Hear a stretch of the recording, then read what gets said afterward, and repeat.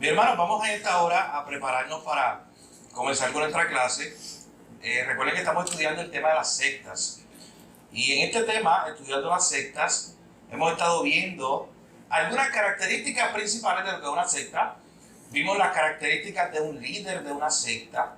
Vimos que en la Biblia del Antiguo Testamento se hablaban de falsos maestros. Se hablaban de que se iban a levantar incluso de entre el pueblo. Así que no es una sorpresa saber que se han levantado tantos falsos maestros atacando la verdad de Dios. Así que eso es lo que estamos viviendo. Una guerra por todos los frentes en contra de la verdad de Dios. Esa guerra comenzó allá, usted sabe, desde la perspectiva humana en el Edén, cuando se empezó a cuestionar la veracidad de lo que Dios había dicho. Y Satanás dijo, oye, si Dios ha dicho esto, o si Dios dijo que usted no puede comer de tal árbol, y comenzó a mirar, a cuestionar la verdad de la palabra de Dios. Así que ahí comenzó todo. Y hemos estado viendo esas características de un falso maestro, y la pasada semana estuvimos empezando a estudiar esa primera secta, que eran los mormones. Vimos un poco de su historia y de su doctrina. Es el mismo plan que tenemos para la segunda secta que estamos estudiando, los testigos de Jehová. Así que probablemente hoy estemos más en esta parte de su fundador, de su historia, aunque veremos alguna doctrina, pero la semana que viene, si el Señor así lo permite, entonces veremos alguna de las doctrinas principales que creen los testigos de Jehová. Así que, como ya le decía anteriormente, nuestro propósito con esta clase es que mientras usted va escuchando las enseñanzas o la historia de esta secta, las creencias de esta secta,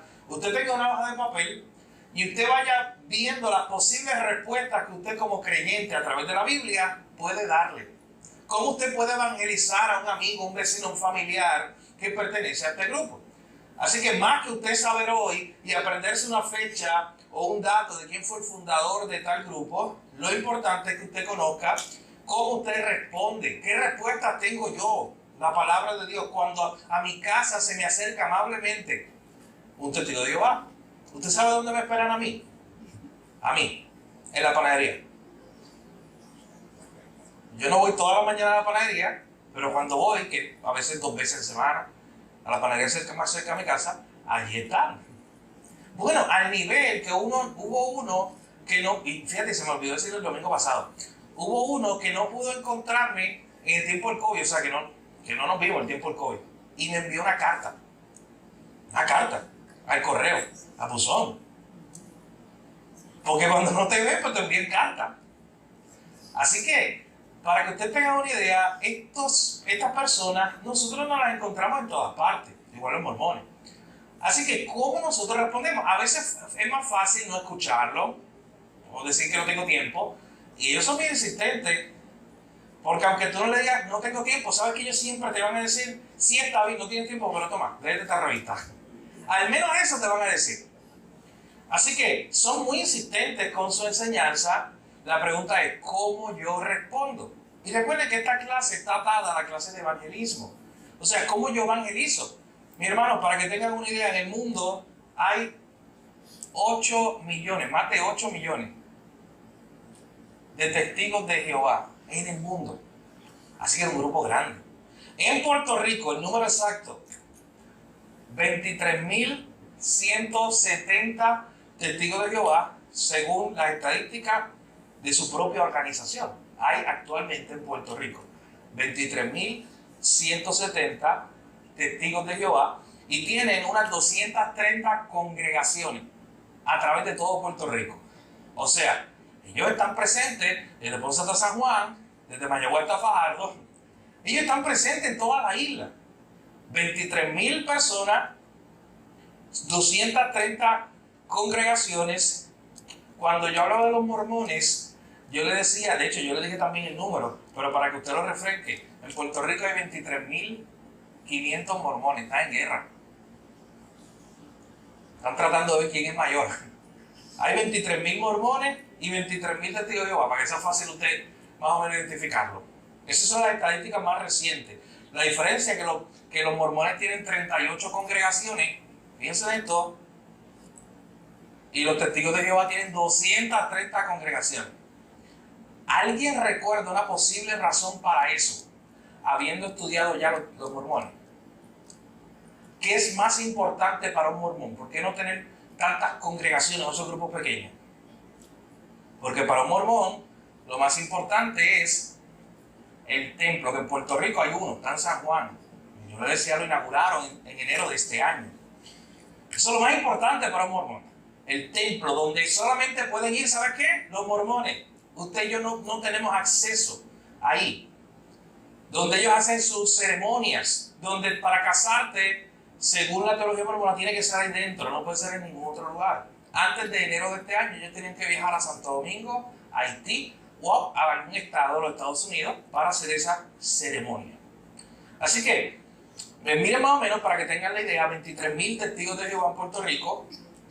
En el mundo hay 8 millones. Y la pregunta, vamos a ver que no enseñan una teología correcta, no son creyentes, no son cristianos, no siguen al Jesús de la Biblia. Entonces la pregunta es, ¿hay que alcanzarlos con el Evangelio? ¿Qué estamos haciendo o qué podemos hacer? ¿O cómo usted puede empezar a orar porque son 23,000 personas? ¿Y sabes qué decían las estadísticas? Que son uno de los grupos sectarios que más está creciendo. De hecho, por carta empezaron a enviar en tiempo de COVID su literatura. Por Zoom. Usted sabe que ellos aprovecharon esa plataforma de Zoom, del celular, y comenzaron a hacer reuniones por Zoom donde se invitaban a los amigos y a los familiares. No, esto es un círculo cristiano. Venga un grupito cristiano por Zoom para orar y estudiar la Biblia. Y en este tiempo de la pandemia, que ellos no podían salir, ellos aprovecharon y son de los grupos que más están creciendo actualmente, no solamente en Estados Unidos, sino en el mundo.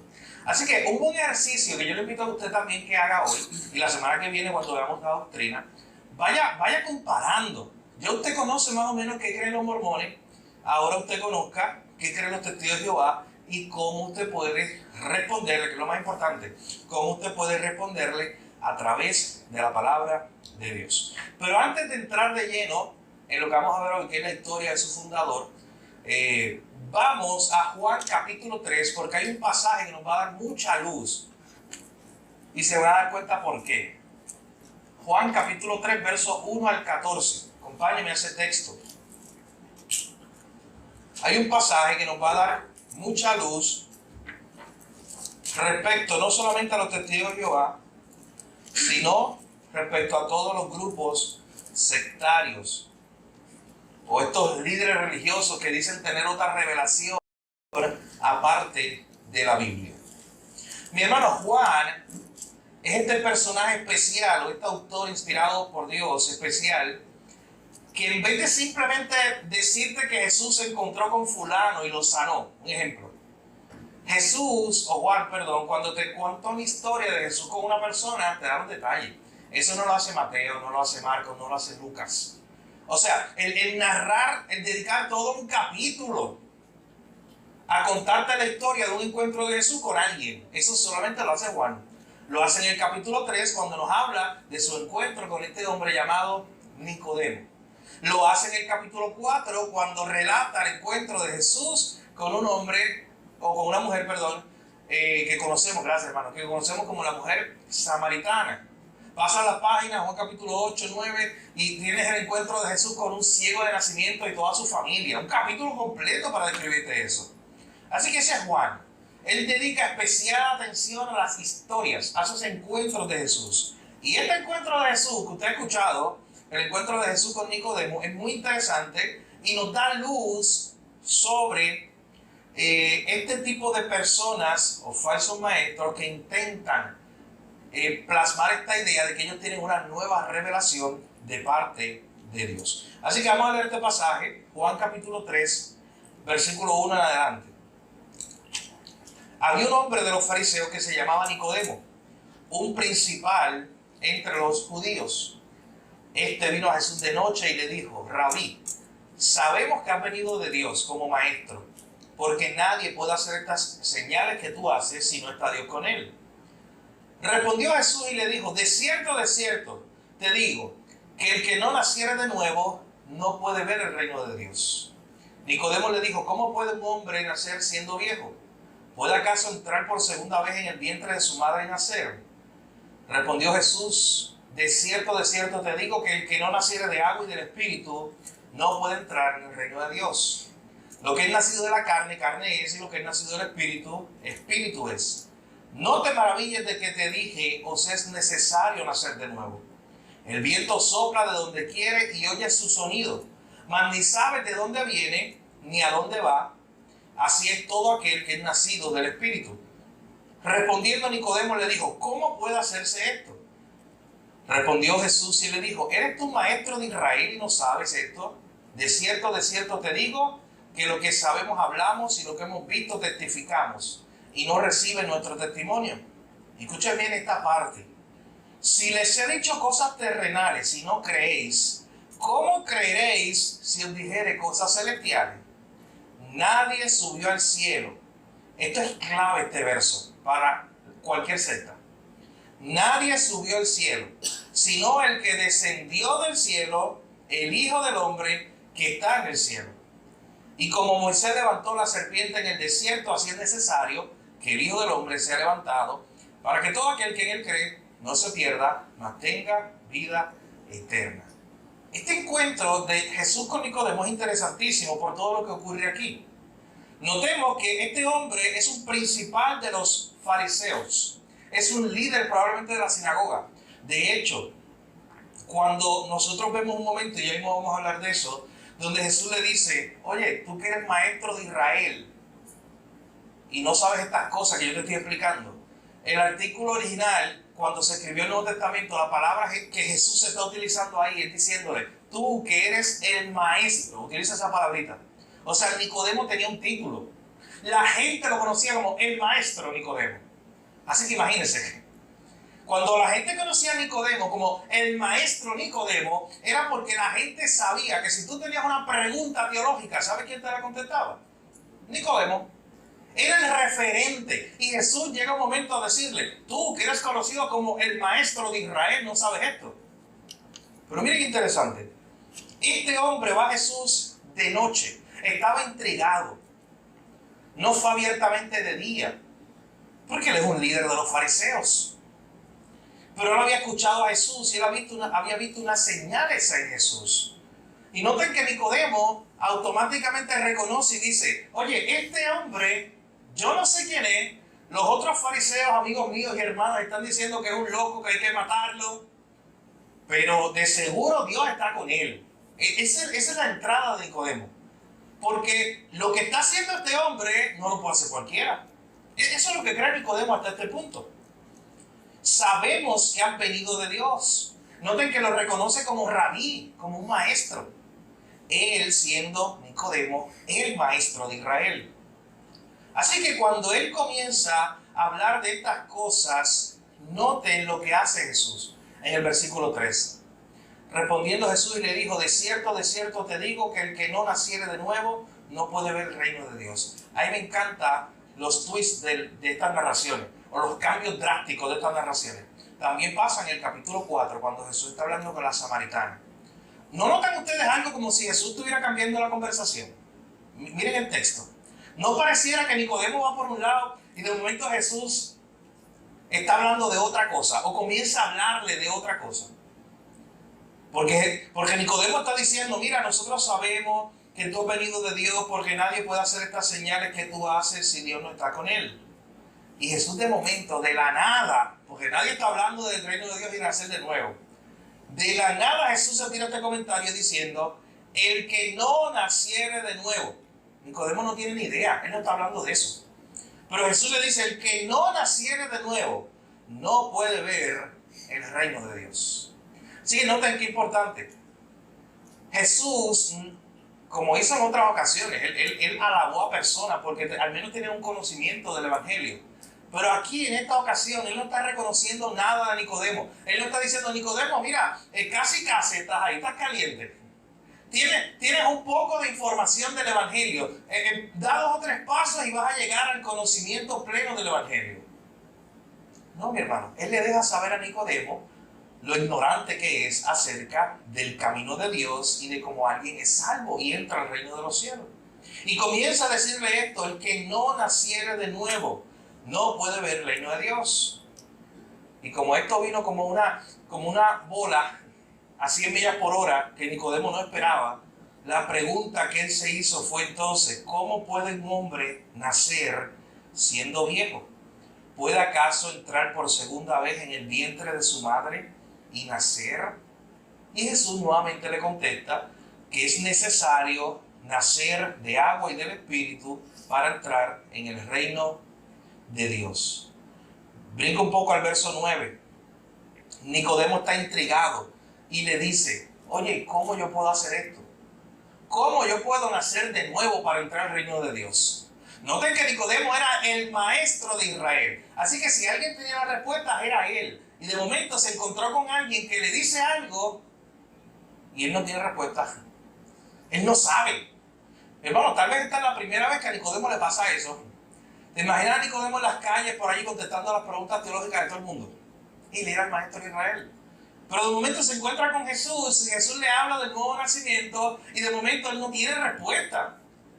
Y él dice: pero ¿cómo se puede hacer esto? Porque para entrar al reino de Dios, él siendo fariseo y maestro de Israel, ¿qué le enseñaba? Si alguien por ahí en la calle le decía: oye, Nicodemo, párate ahí, ¿cómo yo entro al reino de Dios? Probablemente Nicodemo, ¿qué decía? Probablemente él decía: mira, ¿quieres entrar al reino de los cielos? Oye, pues tienes que cumplir esto, los cientos de leyes que los fariseos tenían, 600 y pico para ser exacto. Así que imagínate, toda esa cantidad de leyes, imagínate a Nicodemo dando un listado diciendo: pues mira, tú quieres entrar al reino de los cielos, firma aquí y comprométete en cumplir todo esto, todas estas preceptos o todas estas leyes. Por eso Jesús, a esta gente que estaba cargada, que los fariseos los tenían loco, tratando de salvarse a sí mismos, tratando de cumplir leyes que ellos mismos no podían cumplir. Por eso Jesús a esta gente en Mateo capítulo 11, verso 28 al 30, ¿sabes qué le dice? Venid a mí, todos los que están cargados, y yo los haré descansar. Mi yugo fácil y ligera mi carga. Cuando le está diciendo esas palabras, originalmente se la dice a gente que estaba cargada con esto, tratando de salvarse a sí mismo. Y él le dice: oye, no sigan el yugo de los fariseos, este listado, lo que quizás Nicodemo le decía a la gente para entrar al reino de los cielos. No, síganme a mí, únete a mí. Cuando él dice: toma mi yugo, vente, únete a mí. Y solo a través de mí, él ligera mi carga, que tú vas a entrar al reino de los cielos. Así que Nicodemo no tuvo respuesta para esto.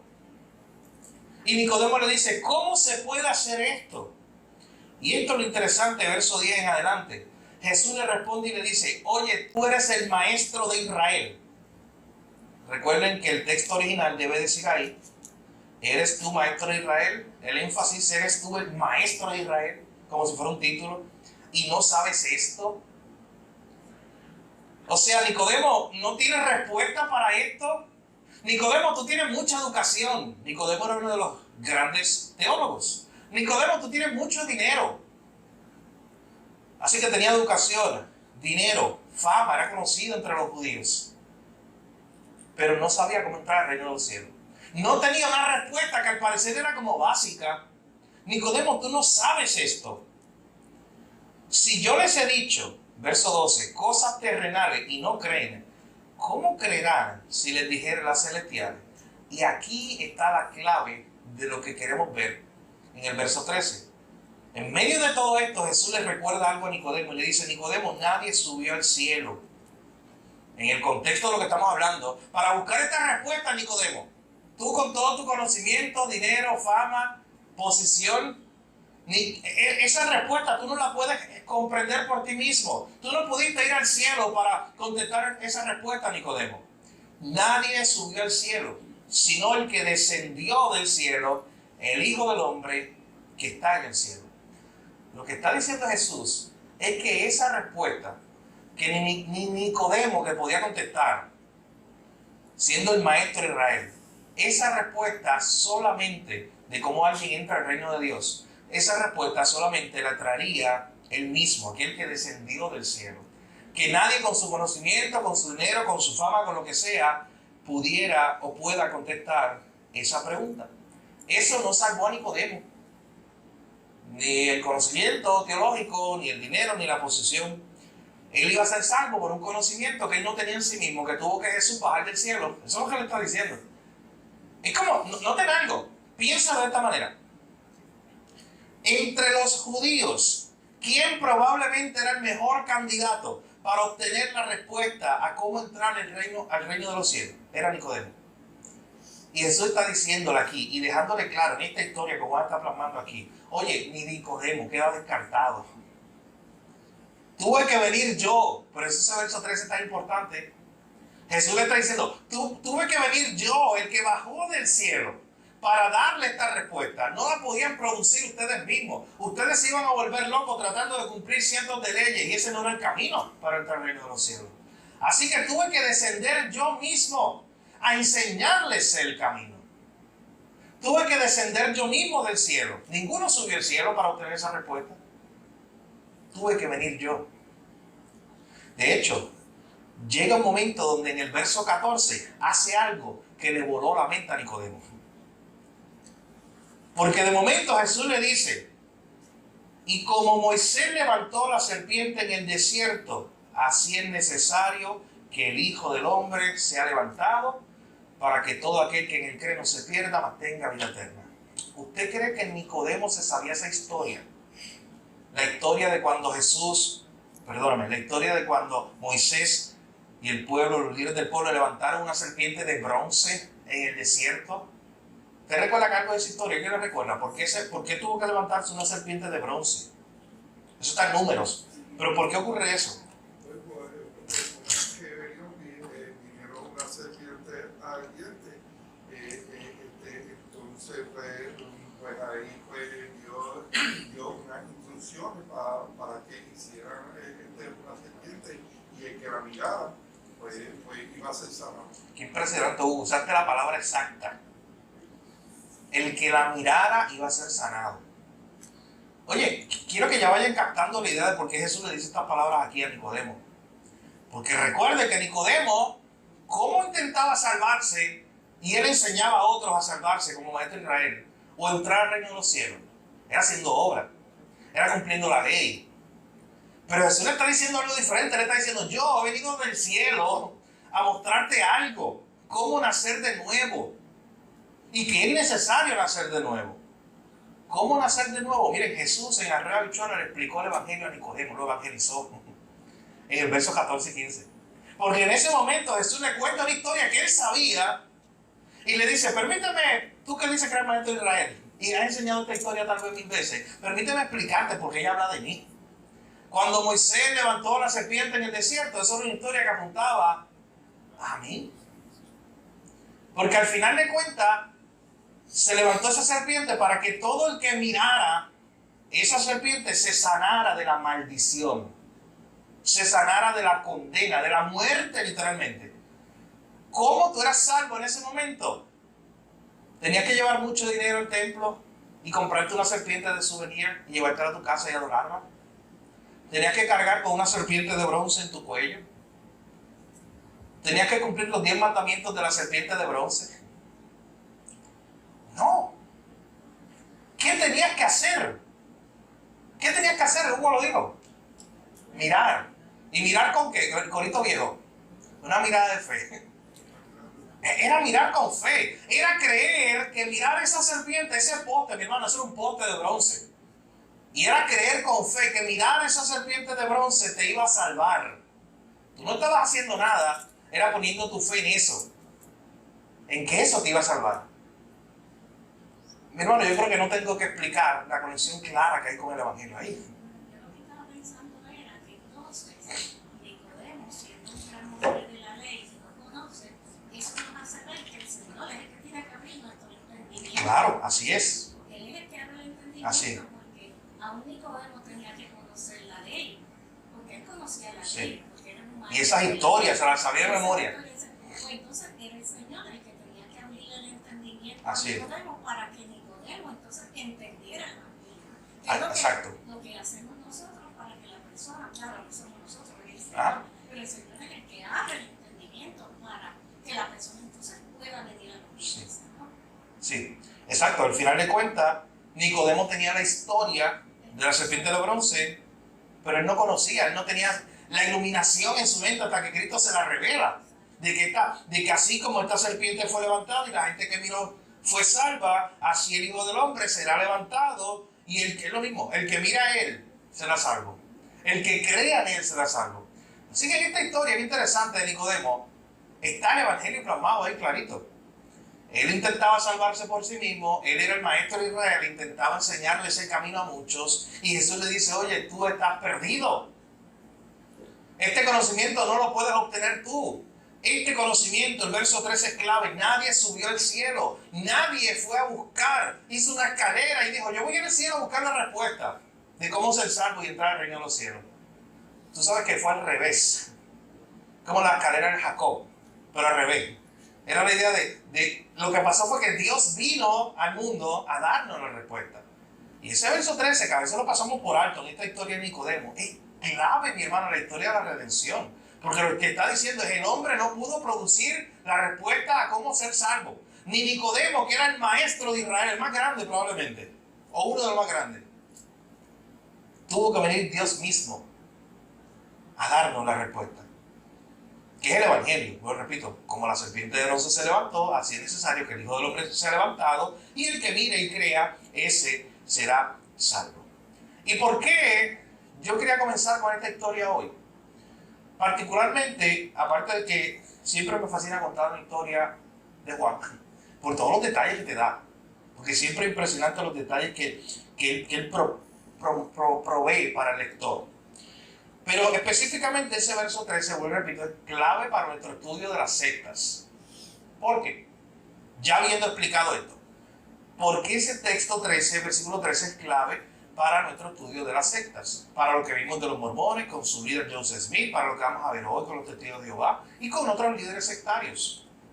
¿Quién se anima?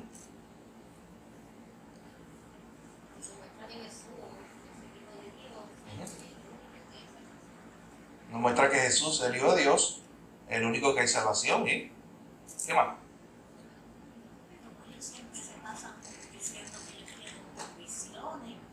Ajá.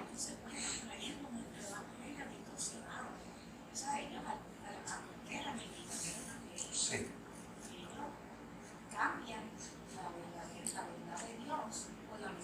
Sí.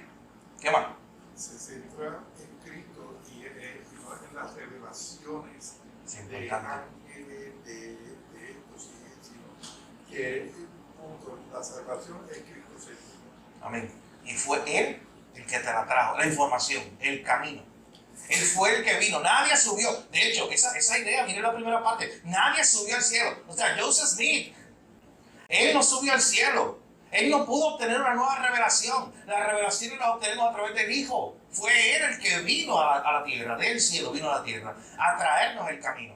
A traernos y decirnos, este es el camino. Ustedes quieren ser salvos, entrar al reino de los cielos. Este es el camino. Síganme a mí. Por eso dijo Jesús, yo soy el camino, la verdad y la vida. Nadie viene al Padre sino por mí.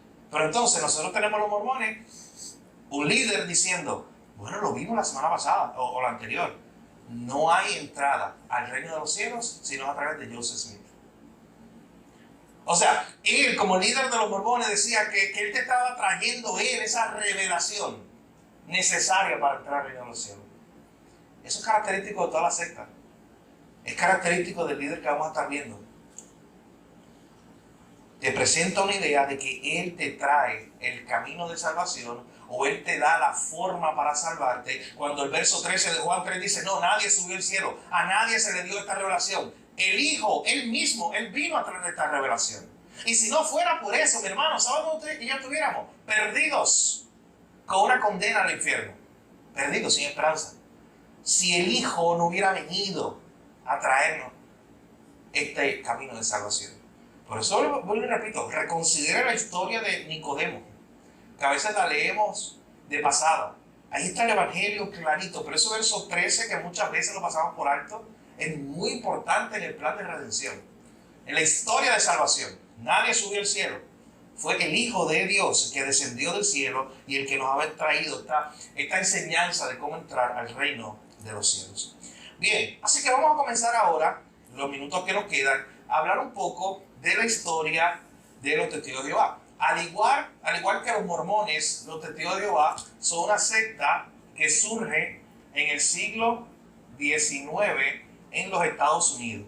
En los Estados Unidos del siglo XIX fue un boom industrial, pasaron muchas cosas, hubo mucho crecimiento económico, hubo un momento donde casi a mitad de siglo se divide la nación. Usted estudió en su clase de historia la guerra civil, casi se divide entre la parte norte y la parte sur.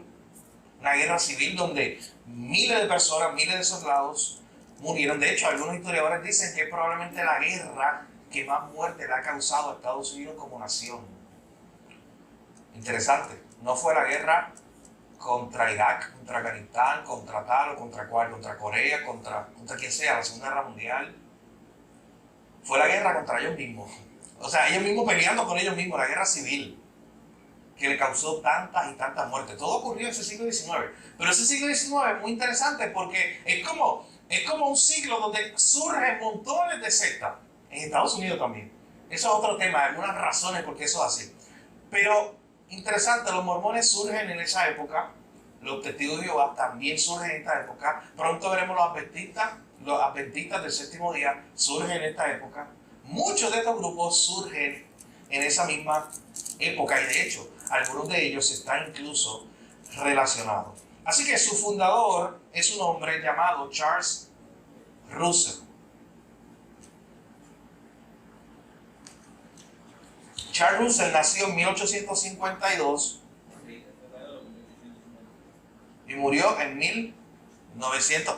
Domingo tiene la fecha de nacimiento y Seguro Social. casi. Hizo la tarea, el trabajo.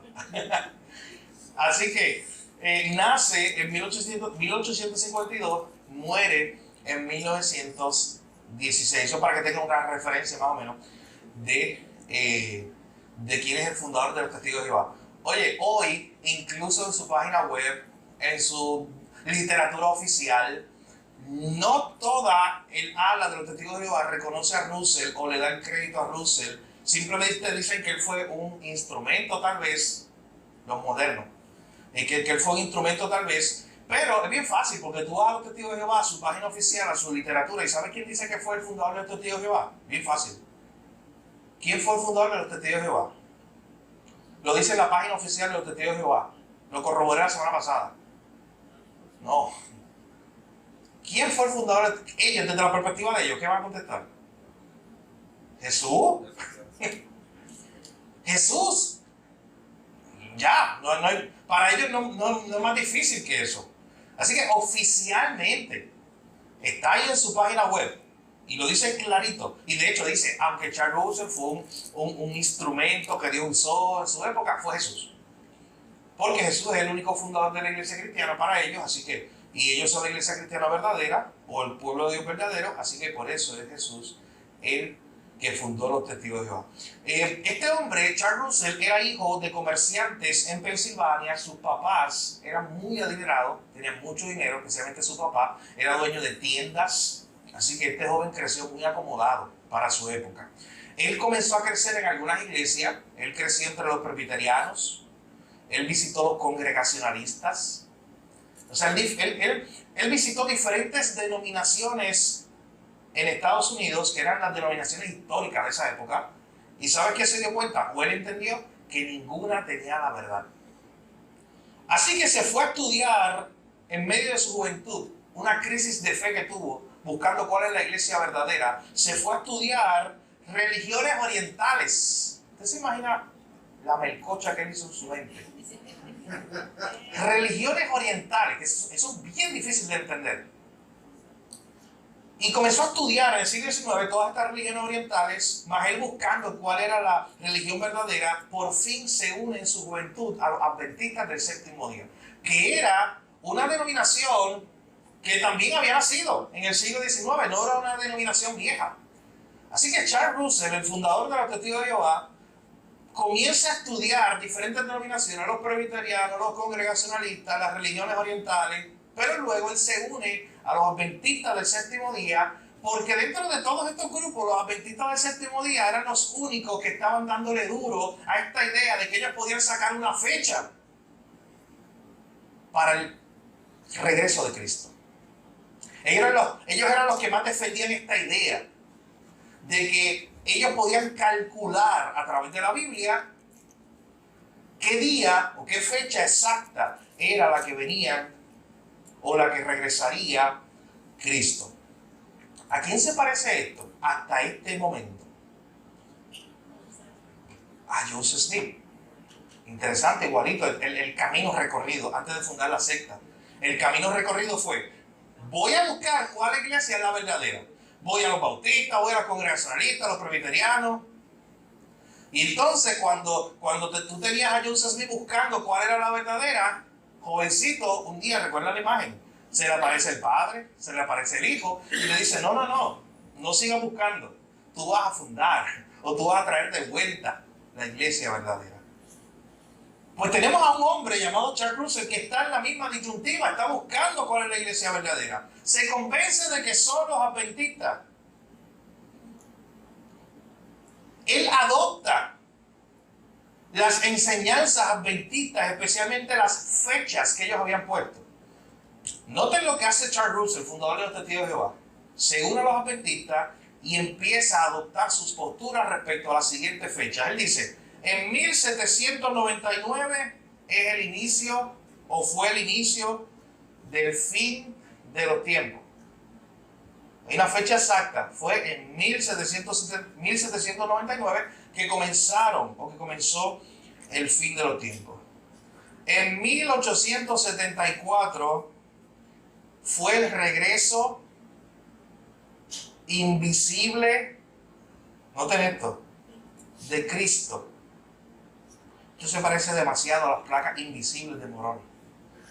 O sea, las placas que eran placas originalmente de los mormones, pero después son invisibles. Literal desaparecieron. Eso tiene una explicación, y la semana que viene, probablemente cuando hablemos un poco de la doctrina de los Testigos de Jehová, otra vez podremos ver algo de eso. 1878. Estas son fechas que este hombre empezó a adoptar de los adventistas del séptimo día. Cristo fue coronado como Rey de los cielos. Fue en 1878 que Cristo fue coronado como Rey de los cielos. ¿Qué problema hay ahí? Porque entonces hay un problema grande, porque antes de 1878 Cristo no tenía ese título. El soberano. Oye, ¿qué pasó cuando en Mateo 28 Jesús está a punto de ascender? Le da una comisión a los discípulos, pero antes de darles esa comisión les dice: oye, yo que tengo toda potestad y autoridad en los cielos y en la tierra, les digo, vayan a todo el mundo y prediquen el evangelio. Pero Jesús había comenzado diciendo: yo que tengo la potestad, ¿dónde? En los cielos. O sea, ya la tiene, es el Rey de los cielos, siempre lo ha sido. Pero fue en 1878 que Cristo fue coronado oficialmente como Rey de los cielos, y en 1914 era la guerra final del Armagedón. Así que, de momento, Charles Russell se une a los adventistas, ve estas fechas y se convence. Originalmente él dice: sí, esto es lo que va a ocurrir. Pero llegó 1878, esta fecha, y él se defraudó. Cuando llegó en 1878, Cristo coronado como Rey de los cielos, ya Cristo había regresado invisiblemente. Ya se supone que empezaran a pasar unas cosas en la tierra, según su teología, no pasaron. Así que Charles Russell se defraudó de los adventistas del séptimo día. Y dijo: oye, esto no ocurrió. Así que fallaron en las fechas. Y cuando él se defrauda de los adventistas del séptimo día, ¿qué hace un líder sectario? Lo hizo Joseph Smith. ¿Qué hace? Si ya yo busqué, yo dije que la verdad no la tienen los congregacionalistas, ni los bautistas, ni los presbiterianos, ni los adventistas del séptimo día, ¿qué yo hago? Formo yo. 1881. 3 años después del gran defraude. 1881 él funda lo que se llama la Sociedad Bíblica de Tratados, la Atalaya, que todavía existe el nombre. 1881 forma esa sociedad bíblica y de tratados llamado la Atalaya. ¿Y sabes qué hizo? Vendió sus tiendas. Recuerden que él era un hombre muy rico, su papá era dueño de tiendas y él las había heredado, muchas de ellas. Así que él vendió sus tiendas y con el dinero comenzó a financiar su propio ministerio. Porque él te va a mostrar la verdad. Él te va a mostrar el camino, porque el camino no está en los congregacionalistas, los presbiterianos, los bautistas, el camino no está en los adventistas. Así que él vendió todas sus tiendas con mucho dinero para esa época, un hombre de mucho dinero. Quiero recalcar eso, porque fue la forma, o fue lo que lo ayudó a él poder utilizar esa plataforma para llevar este mensaje. No solo en Estados Unidos, el tipo viajó al mundo. Aunque eso también algunos autores dicen que fue un fraude. O sea, él viajaba al mundo en un barco, supuestamente iba a predicar en algunos países de Asia, enviaban todo un reporte a Estados Unidos para que salieran los periódicos. El tipo tenía chavo, así que lo podían publicar en los periódicos. Para que salieran los periódicos diciendo, Charles Russell fue a qué sé yo país de Asia y predicó, y allí habían cientos de personas y escucharon ese mensaje y creyeron ese mensaje y se salvaron. Poco después se descubrió que todo eso era una farsa, que él se montaba en el barco, iba a esas ciudades, probablemente o cerca de esa ciudad, para decir que estuvo allí, pero era falso, de que él se había bajado y habían congregado a miles de personas para que escucharan ese mensaje y que miles de personas habían respondido. Pero eso es lo que se publicaba en los periódicos. ¿Por qué él hacía eso? Piensen. ¿Qué estrategia es esa? Que lo fueran conociendo, que digan, oye, Charles Russell, el que llenó un estadio de 500 a 1000 personas en la India, y eso revolucionó toda esa enseñanza allí. Yo lo quiero invitar a Pensilvania, en mi iglesia, cuando regresara a Estados Unidos. Oye, este hombre Dios lo está usando. Este está trayendo una gran enseñanza, que mira, está viajando al mundo. Eso tiene que ser de Dios. ¿A quién se parece eso? Empecé hoy hablando de él. Nicodemo, cuando ve a Jesús y se sorprende solo por las maravillas y señales, y le dice, oye, tiene que ser de Dios. Así que por un momento dado tenemos a este hombre vendiendo toda su tienda con mucho dinero, defraudado de los adventistas, presbiterianos, congregacionalistas, diciendo que él va a fundar una sociedad bíblica. Noten algo interesante, él no está fundando una iglesia en este momento, o sea, oficialmente, como que, oye, esto es una iglesia y yo soy el pastor. Aunque mucha gente empezó a llamarle pastor, hay registros que dicen, y lo cuestionan a él, que él nunca fue ordenado en una iglesia local como un pastor. Pero le dicen pastor, la gente empezó a llamarlo pastor, pero no siguió el proceso bíblico. De hecho, hubo una división en los testigos de Jehová, ya mismo hablaremos de eso la semana que viene cuando continuemos. Hubo una división grande en los testigos de Jehová, precisamente por eso. Así que tenemos a este hombre no solamente defraudado de los presbiterianos, congregacionalistas, adventistas y los demás grupos, sino que mira lo que hizo después. Se convenció de que los credos históricos eran incorrectos. O sea, a través de los 2000 años de historia de la iglesia, cuando tú estudias la historia de la iglesia, hay, por ejemplo, algo que se llama el credo niceno, en el año 325 después de Cristo, donde se reunieron cientos de pastores de diferentes lugares del imperio, se reunieron en una ciudad que se llamaba Nicea, en Turquía, y ellos allí defendieron la doctrina de Cristo, la cristología, la idea de que Cristo es 100% Dios y 100% hombre, no de que él es mitad y mitad. Así que frente a algunos ataques y errores doctrinales, allí se habían reunido este grupo de pastores, y esto es lo que se conoce como un credo en la historia de la iglesia. O sea, la iglesia se había reunido y había dicho, oye, nosotros creemos a través de la Biblia que este es Jesús y que esto es la Biblia y que este tipo de cosas. ¿Y sabes qué él hizo? Él dijo, oye, todos esos credos por los pasados 1800 años, eso está incorrecto. O sea, él está diciendo que por los pasados 1800 años la iglesia o las iglesias o los líderes, maestros que estaban predicando la palabra de Dios, enseñando a las iglesias, siguiendo estos credos históricos, estaban incorrectos. Esa es característica de un líder. Él te va a decir, ¿sabes qué? Todos ustedes están mal. Yo soy el que les voy a enseñar la verdad. Y es bien fácil montarse en ese barco y decir, ¿sabes qué? Desde Cristo, tal vez Pablo o los apóstoles, nadie ha enseñado el evangelio como lo voy a enseñar yo. ¿Usted se imagina eso? ¿Cuánto orgullo hay que tener? ¿Cuánta soberbia? Para decir que por los pasados 1800 años todo fue un error.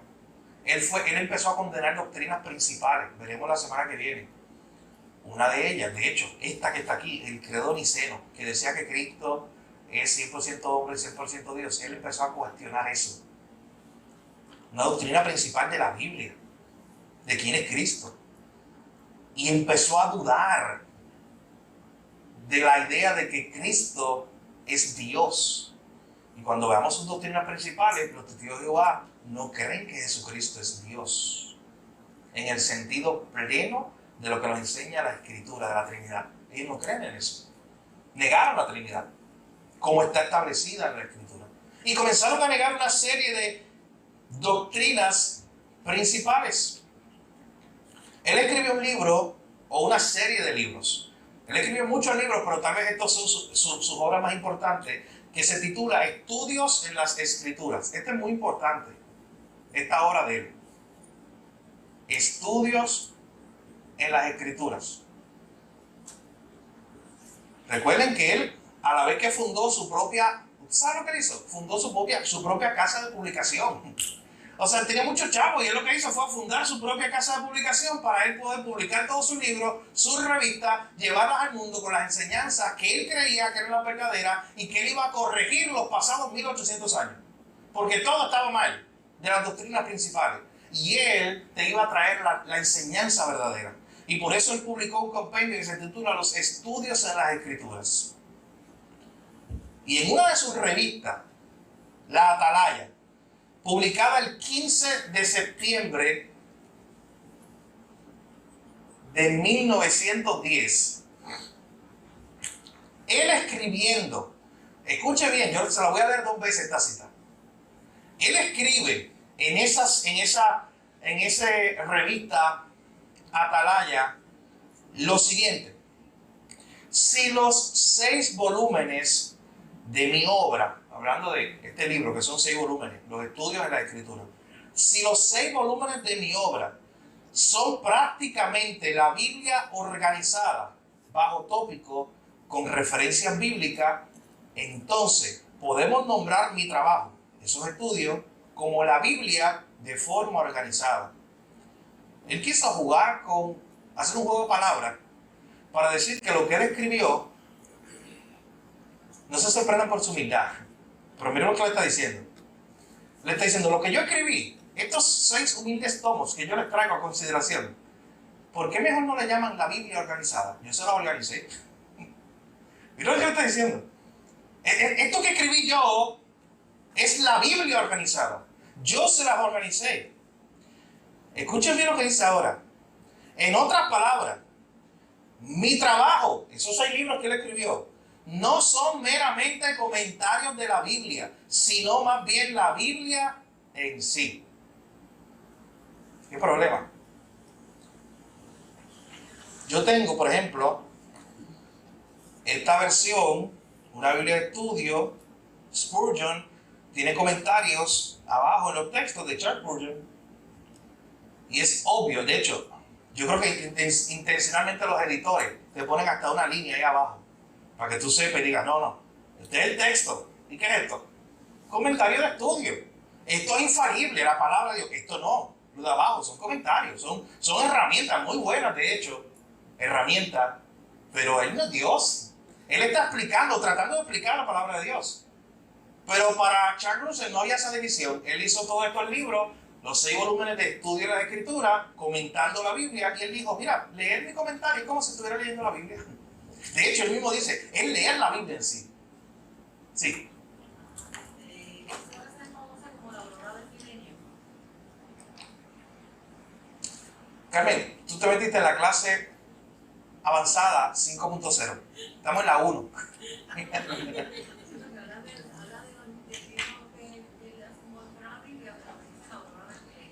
Pero ese no lo he escuchado, probablemente, pero de verdad, hiciste la investigación a profundidades.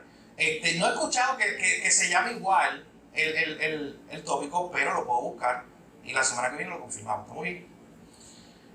Así que tenemos a Charles Russell diciendo que los 6 volúmenes que él escribió, que esos 6 volúmenes son prácticamente la Biblia organizada. Así que leer sus 6 volúmenes es como leer la Biblia. Es más, no tengas que comprar la Biblia, compra sus 6 volúmenes. Así él dijo. Pero escuché bien lo que dijo después. Digo, además, esto es él hablando. Además, no solamente encontramos que las personas no son capaces de ver el plan divino al estudiar la Biblia sola. Subraya eso. Él dice, yo noté que la gente no es capaz de ver el plan divino al estudiar solo la Biblia. Ya que vemos que si alguien abre mis estudios, mis libros, al lado de la Biblia, aún después de haberlos usado y aún después de familiarse con ellos, si los ignora, si alguien viene e ignora mis libros y acude solamente a la Biblia, mi experiencia demuestra que dentro de 2 años esta persona caerá en la oscuridad. Yo le dije que se prepararan para un torrente de humildad de Charles Russell con lo que está diciendo. Él está diciendo, ¿sabes qué?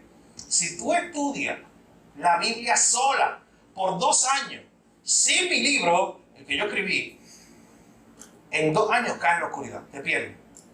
Porque tienes que estudiar la Biblia con mi libro, porque yo soy el que te voy a dirigir. Yo soy el que te voy a enseñar el camino correcto. Yo te voy a enseñar a interpretar la Biblia. Por eso le decía ahorita, subrayen esa parte que dice, si alguien quiere estudiar la Biblia sola, caerá en oscuridad. Eso lo dijo el fundador de los Testigos de Jehová. Si alguien quiere estudiar solo la Biblia, cae en oscuridad. Lo necesitas ahí. Por otra parte, y por último, y ya tenemos que cerrar, dice Russell, por otra parte, si la misma persona, esa persona que por estudiar 2 años la Biblia sin mis libros cayó en oscuridad, si esa persona, por otra parte, hubiese leído mis libros solamente y nunca hubiese leído ninguna página de la Biblia, esta persona permanecería siempre en la luz. O sea, él dice, en cambio esta persona, si nunca hubiera leído la Biblia, pero hubiera leído mis libros, no, ahí sí está la luz. Ahí encontraría la luz. Quiero escuchar sus comentarios acerca de eso, pero no hay tiempo, así que vamos a dejarlo de tarea. Para la semana que viene, vamos a tratar de contestar estas preguntas. ¿Cómo nosotros respondemos a estas ideas que presenta Charles Russell en su escrito, el fundador de los Testigos de Jehová? ¿Cómo? Tú te adentras en la teología o en la enseñanza de los Testigos de Jehová y comienzas a indagar y comienzas a ver todos estos datos y comienzas y conoces estas citas de ellos. ¿Cómo tú te sientas con un Testigo de Jehová y le enseñas estas citas? Pero no solamente que le enseñes estas citas, es que vaya a la Escritura y le diga por qué eso está mal. ¿Qué pasaje tú usarías para responder a esa idea que está presentando Charles Russell allí, diciendo que él tiene la revelación verdadera? ¿Cómo tú contestarías a través de la Biblia? Para objetar esa idea de que tú no puedes estudiar la Biblia sola, de que tú necesitas la revista de él o el librito de él. También, ¿cómo respondemos? Solamente vimos algunas, pero la semana que viene vamos a ver más. Los Testigos de Jehová tuvieron muchas predicciones de fechas de que iban a pasar eventos y no pasaron. ¿Cómo nosotros respondemos bíblicamente a eso? A este grupo que dice, no, Cristo venía invisible, o Cristo va a venir, o la guerra se va a acabar, o el mundo se va a acabar en tal fecha, o en 1925 va a resucitar Abraham y nos va a aparecer. Ellos creían eso. Así que, ¿cómo nosotros respondemos a eso? Hablando con un Testigo de Jehová que te diga, ¿sabes qué? Nosotros tenemos todas estas fechas, de que van a ocurrir estos eventos y después cómo te lo dicen. Yo tengo unas citas aquí donde ellos dicen, ¿sabes qué? Esa fecha la sacamos de nuestro estudio bíblico. Otra palabra, estudiando la Biblia, eso que sacamos esa fecha. Y yo, wow, ¿dónde? Estoy rompiéndome la cabeza. Pero ellos dicen que fue a través de la Biblia. Y en tercer y último lugar, cómo responder a esta idea de que ellos son la iglesia verdadera restaurada. De que por 1800 años la iglesia estuvo equivocada.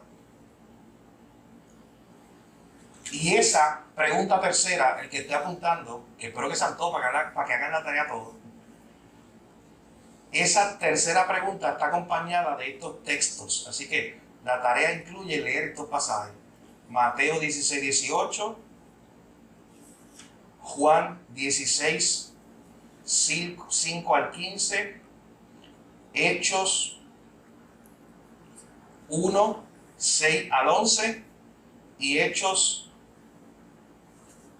2, 1 al 4. Especialmente para esa tercera pregunta, usted vaya a estos textos y redacte una respuesta.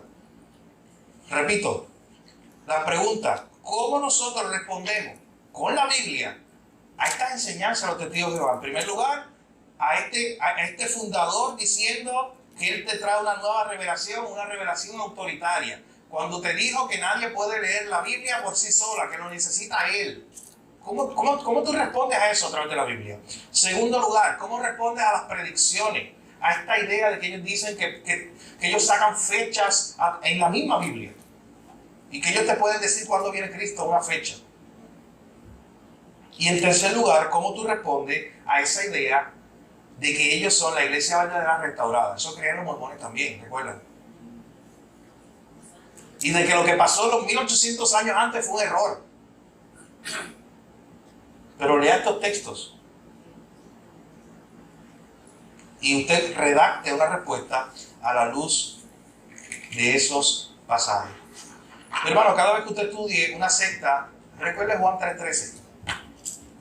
La verdad está ahí clarita. Nadie subió al cielo. Nadie ha tenido esa... Ellos dicen que lo tienen. Una revelación aparte, especial de Dios, para darte una enseñanza nueva. Cristo dijo, no, nadie subió al cielo. El Hijo de Dios, ese es el que ha venido a traernos el mensaje de salvación. Hermano, y cada vez que ustedes recuerden ese verso, denle gracias a Dios una vez más, porque eso ocurrió. Porque si no, estuviéramos perdidos nosotros. Tratando de salvarnos a nosotros mismos. Pero gloria a Dios, que Cristo descendió del cielo para mostrarnos el camino de salvación. Y lo más interesante, que iba a decir lo más brutal, hablando de jóvenes. Pero lo más interesante, ¿sabe qué? Que Él nos dijo, miren allá, sigan eso y serán salvos. Sigan aquello y ese es el camino, esa es la puerta ya para que ustedes entren y se salven. Lo impresionante es que Cristo dijo, yo soy la puerta de la oveja. Yo soy el camino. Nadie viene al Padre sino por mí. Vamos a orar. Padre, gracias por tu enseñanza, la enseñanza de tu palabra en esta noche. Gracias por recordarnos una vez más que nadie ha subido al cielo, que nadie tiene estas revelaciones especiales. Que si nosotros conocemos hoy el camino de salvación, el camino al Padre, es porque tú descendiste del cielo. Es porque tú nos lo has mostrado. Oh Señor, pero hay mucha gente engañada. Hay 8 millones pertenecientes a este grupo que cuestionan tu palabra, la doctrina principal, las doctrinas principales de tu palabra. Que entienden que pueden tener otras enseñanzas, otras revelaciones a lo que ya está en tu palabra. Señor, ayúdanos que con valentía podamos hablarles, alcanzarlos para Cristo, mostrarles el camino de salvación, mostrarles el Evangelio. Señor, que cuando nos acerquemos a uno podamos con gracia y amor mostrarle la palabra de Dios que dice que hay un solo camino al cielo y es Cristo Jesús. Señor, gracias por tu palabra. Bendice el resto del tiempo junto en esta noche. Te lo pedimos todo en tu nombre, Jesús. Amén.